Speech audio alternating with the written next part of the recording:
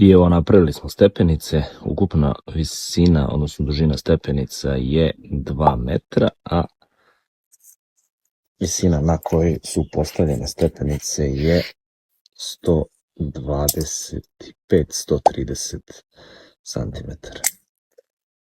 Pišite nam dole u komentarima da li vam se sviđaju ove stepenice, vidjet ćete i koliko su nas koštali, kako smo ih napravili.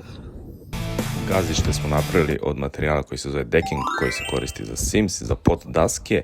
2,4 metra je 2300 dinara. Jedna štapa od 4 metra, 450 dinara. Brezoni dužine 1 metar koje smo skratili na pola metra, cena 200 dinara.